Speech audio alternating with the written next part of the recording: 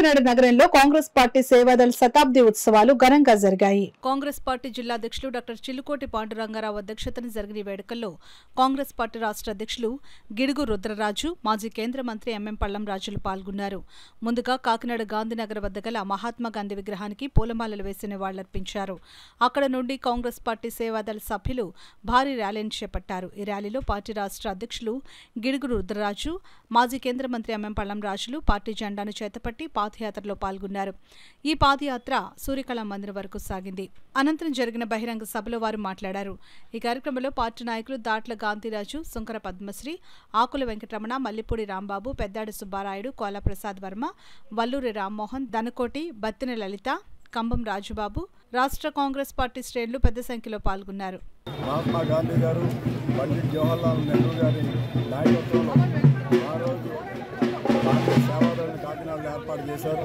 అది 100 సంవత్సరాలు పూర్తి చేసుకున్నటువంటి సందర్భంగా ప్రధానంగా కాంగ్రెస్ పార్టీలో శిక్షణ అనేటువంటిది, తర్వాత హానెస్ట్ ఇంటిగ్రిటీతో పనిచేయడం, ఈ రెండింటిని కూడా ముఖ్యమైన అంశాలుగా అలాగే కాంగ్రెస్ పార్టీ ఆలోచన చేసి అందరినీ కూడా పార్టీలో ఉన్నటువంటి వ్యక్తులందరినీ కూడా ట్రైనింగ్ అనేటువంటిది మస్ట్, ఓరియంటేషన్ అనేటువంటి మస్ట్ అనేటువంటి ఇంకోటి ప్రధానంగా సర్వీస్. అప్పుడున్నటువంటి పరిస్థితుల్లో రవి అస్తమితులు బ్రిటిష్ సామ్రాజ్యానికి వ్యతిరేకంగా పోరాటాలు చేస్తున్న నేపథ్యంలో మరి సేవ అనేటువంటిది కూడా ప్రథమ కర్తవ్యంగా కాంగ్రెస్ సేవాదళ నాడు ఏర్పాటు చేయడం జరిగింది. 100 సంవత్సరాలు పూర్తి చేసుకున్నటువంటి సందర్భంగా ఈరోజు కాకినాడ నగరంలో కాంగ్రెస్ పార్టీ ఆధ్వర్యంలో ఈ యొక్క సెంటినరీ సెలబ్రేషన్ చేసుకుంటాం. ఇది చాలా చారిత్రాత్మక దినం.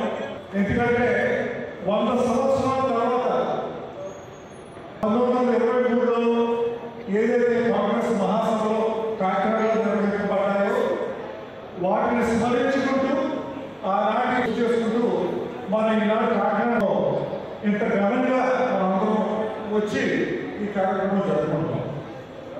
ఇవాళ కూడా చాలా చారిత్రాత్మక దినం. ఎందుకంటే 100 సంవత్సరాల తర్వాత ఈరోజు మనం జరుపుకుంటున్నాం.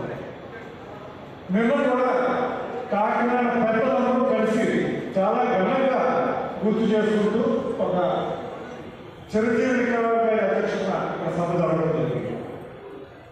ఇది కేవలం కాకినాడ పట్టణంలోనే ముఖ్యమైన ఘట్టం కాదు. మన దేశ స్వాతంత్ర